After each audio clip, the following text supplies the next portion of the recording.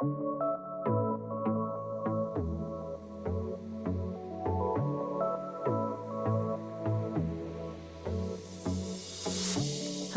everyone. Hi. This is the Nuance Needed podcast. I'm Amanda. And I am Sam. Welcome. We are excited to be back, and we are going to kind of do a continuation of our episode from last week where we were talking about cortisol face and TikTok trends. Mm-hmm. And we have more thoughts to say on it, if you can believe. We just could not stop texting. And there were a few text exchanges in particular that made us feel that we had to circle back, if you will. Yes. We had put a pin in last week's episode, and now we feel we have to come back to it. So, well, Sam, I mean, you are the predictor, because literally in the time that we recorded, multiple articles came out about morning shedding. So you guys, you're the I don't even predictor. Know. I don't even know like what term fits that. But you're a trendcaster. Wow. Gonna add that to my resume. Yes. So when we spoke about it last week, it kind of came out in our conversation before we started recording, the pre-record. And literally, I think it was like 2 days after we recorded, you sent me the article. Yeah, from the New York Times. The New York Times talking about morning sheddings. I appreciated their insight. I think they were a little more neutral than we were. Makes sense. I think in kind of like painting more of just the picture of what it is. Yeah. And that this is becoming a thing. Yeah. But then I also saw there was like an article from The Cut. Yes, where Jessica DeFino. She has an incredible Substack. Yes. She is like a beauty writer. She has a Substack. And she was interviewed for The Cut where she was also talking about it. Yeah. And was that the one where it was like, for lazy girls, this is your, Yeah, I think it's being phrased as, and I've seen this trend on TikTok, and I've been like, oh, this is a great idea, even though it's probably not the best idea of like, what is it? People on TikTok say like, it's like women saying, I'm lazy, so I'm going to prep ahead to look beautiful. Like I'm going to use self-tanner so that I am preemptively more toned with the way it looks on my face, like using self-tanner as like contour. Yes, yeah. Thank you. Yeah. That I've heard of before. I think it's a good idea, although I don't use self-tanner and it would probably be dangerous for me to try to use self-tanner. Well, you and I both being pale girlies, it would be very jarring for people. Like, I think that would be a little concerning. I think it would also this is what I've struggled with my hair always is, people like they can give you a haircut that looks wonderful when you blow it out. But I've had to be really realistic about, I do not blow dry my hair more than, a couple times a month. So don't give me like a shaggy cut that looks bad. That requires effort. Right. It needs, which is kind of how I feel like maybe some of the contour tanning stuff is like if you just are naked faced with that, it might be a little jarring for people. Very stark. Yeah. But well, I think also what you're touching on too with this idea of like the haircut and the blow dry and being aware of your day-to-day routine and schedule when you go in to get a haircut, you are doing an assessment of where you are at in your life. Yes. Like that works for you. Yeah. Like, for example, with my curls, I have to do my hair like every day or I look really unfortunate. So it's a decision that I've made, a commitment that I've made that I'm okay with, mainly because like I have the time right now in the season of my life. And so I know going in that I will have, like, I know the products that I need. I know how much time I need to get ready, like blah, blah, blah, blah, blah. But if I had a kiddo or something else going on, like, I don't know what I would do. Yeah. Because it takes about 10 minutes for me to blow dry my hair. Mm-hmm. It's a process. It's a long time. It is a long time. I start scrolling. Yeah. By that point, like staring at yourself in the mirror for 10 minutes is an exercise. So you just like, whatever. But I think it goes back to even tying in why we decided to rope back into this topic with some of the additional content we were seeing is just this reminder of if you were to see an article about something about the morning shed or, contour with self-tanner that can last you a while, or, getting your haircut done so that it benefits your life. The whole point of this and what we are talking about is about giving you permission to do what works for you. Yeah. If you see the idea of the morning shed and feel incredibly overwhelmed and anxious, or feel like, oh my God, now I have to spend all this money buying all these products because I need to do this and I need to do heatless curls and I need to have mouth tape and I need to have eye patches and I need blah, blah, blah. You do not have to engage with something that is causing you to feel fear and anxiety. Mm-hmm. You can pause and do an assessment and see if that works for you. On the very same coin, if you see the morning shed and you go, there's the answer I've been looking for. I can't believe I never thought of that. Go for it, boo. Like, I'm proud of you for realizing that is what's going to work for you. But again, what we're talking about is removing the need to when you see content. And that is what gets pushed so often with this type of wellness content that we were talking about, is it's all need to. Yeah. This is what's been missing. This is what you have to do. This is the only way the girlies are doing it. This is the cool girl. Like, there's a train of aging is how I feel. Like, that is like, you're not riding the train. Like, that is how I feel when I get triggered by it, is I'm like, oh my God, I'm going to wake up and be like, I should have been doing all of this stuff. And I need to do it now before I regret it and time is closing. Yeah. And I know that I'm not going to make a good decision if I'm coming from that perspective. Right. Yeah. 100%. And I think that's why we wanted to circle back to make sure we were reiterating, if you thought that was a good idea, great. If you thought that was the worst idea ever, great. Like, spend time understanding what it is that you are wanting to do, what benefits your life, and what works best for you. Yeah.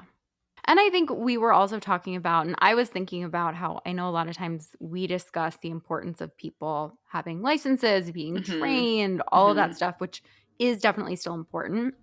But I think one of the hard things about social media also is that there are, licensed therapists, licensed medical doctors, like licensed people who do have good training, who still can not be necessarily the most empowering people to follow. Yes. And I was thinking about how someone could feel frustrated and be like, well, I am following, people who are accredited, and I still log off TikTok and I have no idea and I feel overwhelmed and I don't know who to trust. And I think that is what is so hard about the internet right now, is it's no longer about finding the information. It is about sorting through. There's too much content now. And now the difficulty is sorting through not only what is true and what isn't true, but what applies to you and what doesn't apply to you. And when we're talking about, especially on TikTok, these short bursts of time, or an Instagram photo that has very little, like has limited amount of characters in a caption, it is hard to go through the whole checklist and try to make sure something applies to you. It's so overwhelming. Yeah. It's truly overwhelming. And what we spoke about in the last episode as well is how it's like overwhelming for us. Yeah. And, we're seen as people that like have the tools, have the skills. And I get frustrated and flustered. And, same thing when we kind of, at the end of the episode, speak about kind of like the push for overconsumption and how a trend like the morning shed is rooted in the concept of overconsumption. Yes. I just sent you today a video about like someone like packing their bag, like their designer bag with all these different charms and scarves and this and that. And it's just like, why? And they have like 7 different wallets. And I'm like, I don't know how people have time for it. I just don't have time. No. And I get I think also to introduce perspective, I would imagine these are creators that are getting paid to display these products. Yeah. So I'm sure someone is going to come at us and be like, well, but it's just for show. And it's like, but there is a messaging there that you are creating an aesthetic and a vibe, and people want to recreate that. Yeah. So it becomes, if I have a ton of stuff in my bag, I am together. Yeah. I am doing it right. Yeah, absolutely. And I think then you integrate TikTok Shop and people whose literal jobs now are selling things on TikTok Shop. And you see the people who their hooks at the beginning of videos are like, if you're not doing this, what are you doing? Yep. And the message is very obvious. Mm-hmm. And I have purchased things from TikTok Shop. I have too. What have you bought? I bought the concealer brush. Okay. That people like compared to like what would be a beauty blender or like a sponge. Oh, yeah. I'm right back to using a sponge. I know. Well, this was the other thing that I'm thinking of is just like so often we buy these things and we're like, okay, this is going to replace, this is going to be better. Yeah, and this is it. It's not even that the product always is disappointing. I just think that we aren't realistic about what we want, what we need. And, it is like a high you get from being like, this is the solution to all of my problems. Mm-hmm. And then you get it and you're just like, oh, this is just another product. Yeah. It's just another thing. Yeah. That I have in my house. Yeah. And another part of my Ariel collection, Yeah. Like, look at my stuff. Yeah. Yeah. That's how it feels when you walk in. Yeah. And even I saw a post the other day, and this is why, like a little bit ago, the de-influencing trend. Yes. Mm-hmm. That I actually really, really appreciated that I do trend too. because it kept me humble. Mm-hmm. And I even saw like fall is Sam's peak time of year. Yeah. It's my birthday. It's my favorite type of weather. I'm losing access to that by moving to Florida, but we will grieve that later. I love the clothing. I've always loved the color palettes. Like it's just me. Yeah. And so I've always really, really loved fall clothes. And so like every fall I'll buy like a couple new pieces. And this one woman, I was just on TikTok, not looking for anything. And she literally, right off the bat, she's like, you don't need new clothes for fall. Yeah. You don't need anything for fall. You don't have to have something leopard print in your closet. You don't have to have a burgundy bag. You don't have to have ballet flats. Like you can get through this entire season without buying something new. Mm-hmm. And I was humbled because I had a cart full of things at Madewell that I was working up the courage to purchase. And I went back through and went, okay, like what do I actually not have? I already have a denim top. I already have plenty of button ups. I already have it. Right. And so like, I think to be reminded that wanting and needing are two very different things. Mm-hmm. And it is okay to keep yourself in check. Sometimes splurge. Yes. Like go crazy, but to not be bullied into it. Yeah. Because people on TikTok and Instagram are telling you this is the only way to be. Mm-hmm.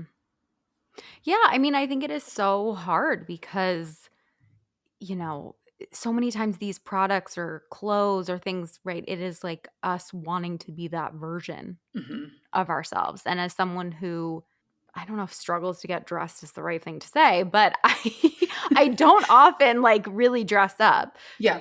I think sometimes I get caught up in like, if I just had the right clothes, then I would be interested in it. But I keep proving to myself time and time again that is not the case. So I need to be more, I think I like the people who I follow too, who talk about, ways to rewear what you currently have and things like that. Cause it's shopping just like, if I'm not even wearing what I currently have, right? Like, why is this new thing going to actually be the thing that changes? Cause it is like the whole adage of you have so many clothes and nothing to wear because you don't actually know what you're wearing and figure out outfits in your current closet before maybe buying something. Mm-hmm.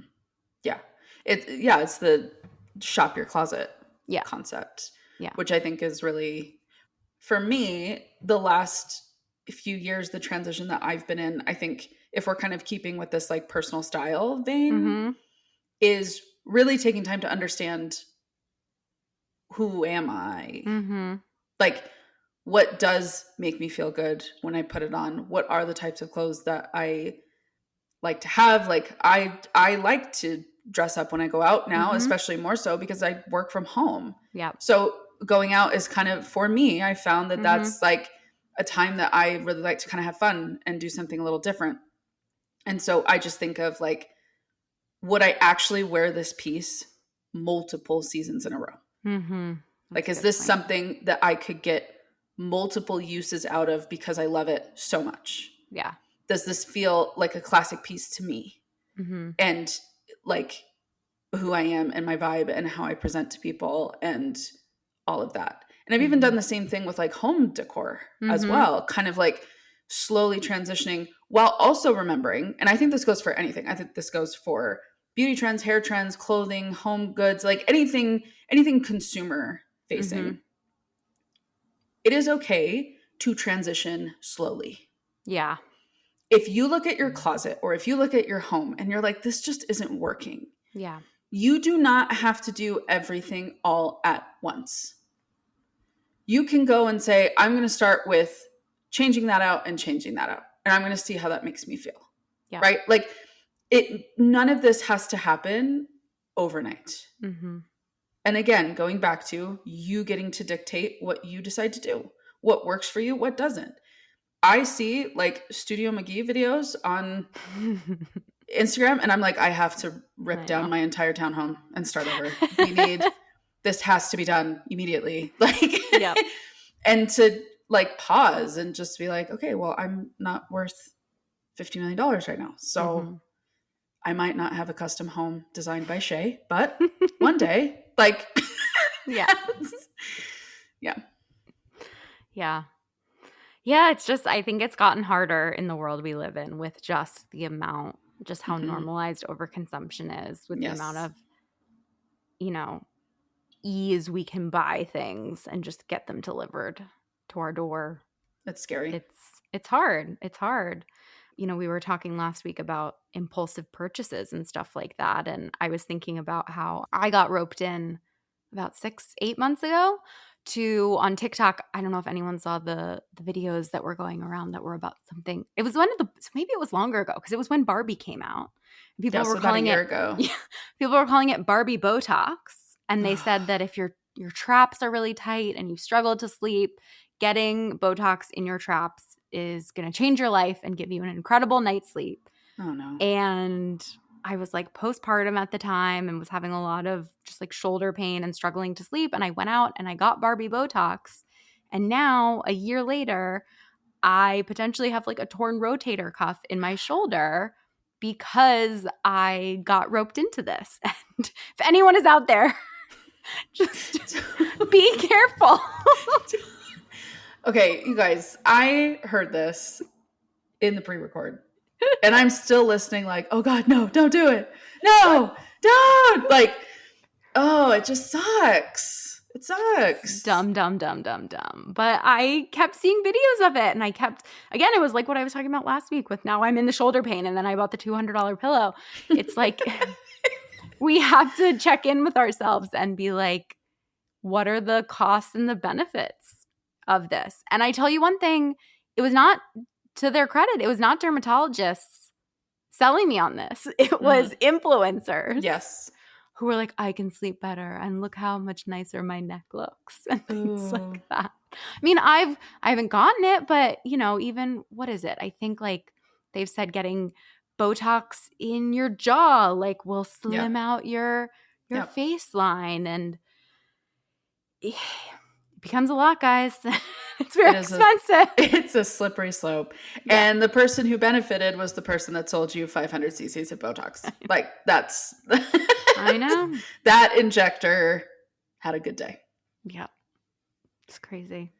Something that's like even more telling about kind of like talking about this episode last week and then kind of doing this bonus episode is like last week you literally just said like, oh, like I have shoulder pain and I needed an expensive pillow to like make it better. And then we come back and it's like, guys, we've really sat in this and we realized the root of the problem is I didn't realize it until I started going to PT, and it's just right. But how many of the problems that we caught, I think about that too, of we do something and then we need something, right? You buy a certain thing and then you need the other thing to go with it. And that's the problem with trends. If you buy a certain shoes, then you need the certain socks to go with the shoes. Yes. And if you buy this skirt, then you need that. And that's, I think we talked about this a couple weeks ago. I just will not wear a crop top. But I feel like so many clothes these days, to be able to wear them, you like need the other pieces of the clothes. And I'm just waiting for things to come back around again. I know. So I can wear because I refuse to wear a crop top. The only time I will do crop is like working out. Yeah. But that's totally different. Yeah. Vibe. But yeah, no, I'm not buying a crop sweater. I'm not doing it. I have done a lot of work to love my body. Yeah. And loving me includes not wearing crop tops. Yeah, I just don't want to be self-conscious. I grew up in an age where showing your midriff was just like not okay, and I just can't undo that programming. I'm sorry. Don't worry, we'll be doing an episode unpacking our childhood like insecurities. What does it really mean that we won't wear crop tops? You know, yeah. You can decide. But yeah, absolutely. Well, the final thing that I wanted to share with everyone that Sam and I were giggling about this week is I saw this week. Oh my God. There was a post, I guess, where someone is selling, how do we describe these? Covers for your recycling and trash cans that go outside. Like imagine a full vinyl cover. Yes. For a trash can. It makes your trash can and your recycling, or your trash bin and your recycling bin aesthetic. Right. Like it's a much farther continuation to me of the fridge clean out or the fridge aesthetic videos where we pour everything into other containers because we don't like how containers look, which I get, but it's become too much. And I posted on my Instagram when I saw the video, and I wrote, the quote was like, "No, we've gone too far." And they reached out to me, and I'm going to read this for you. I'm not saying who it is because they're going to probably find me and they were big mad. Leave us a bad review on the podcast. They wrote to me and they go, "Hi there, very happy to answer any questions you have about our covers. I understand it's not something you need or possibly understand, so I'm here to clear up your confusion. I also think women should support women, and if a business doesn't speak to your heart, you should always be kind."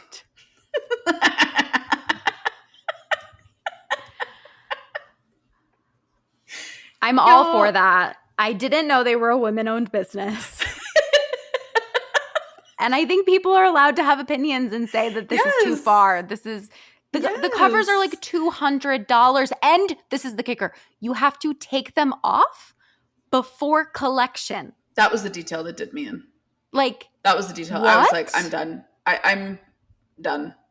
Oh my God. Also, stop, like, if the bag exploded or something dripped out of it, and I am sure they're like, you can spray it down with a hose. But like no, I want to spend as little time as possible thinking about my garbage can. I mean, look, I appreciate the ingenuity. Yeah. I appreciate the effort that they've gone into to build their business. That is great. And when you go public with something, I don't care what it is. When you start a business, when you have something that you are working on, you open yourself up to critical thought. And you open yourself up to criticism. Whether it is fair or unfair, that is up for you to decide. Yep. However, you do not get to passive aggressively bully someone into saying, like, no, you have to support my women-owned business because you're a woman-owned business. I'm not going to use your product. I just think it's too far. I mean, I agree. You know, if you like this and you're inspired by it, go off. We, no disrespect. I just thought it was such a blatant good example of the issue with overconsumption and 100%. How far it's gotten. And I think it's one thing if you don't like labels and you want to organize and it inspires you. And even I had no problem with in quarantine when people were like making their fridges aesthetic by like people were putting flowers in their fridge and doing real weird stuff. I forgot. They were putting like art in their fridge.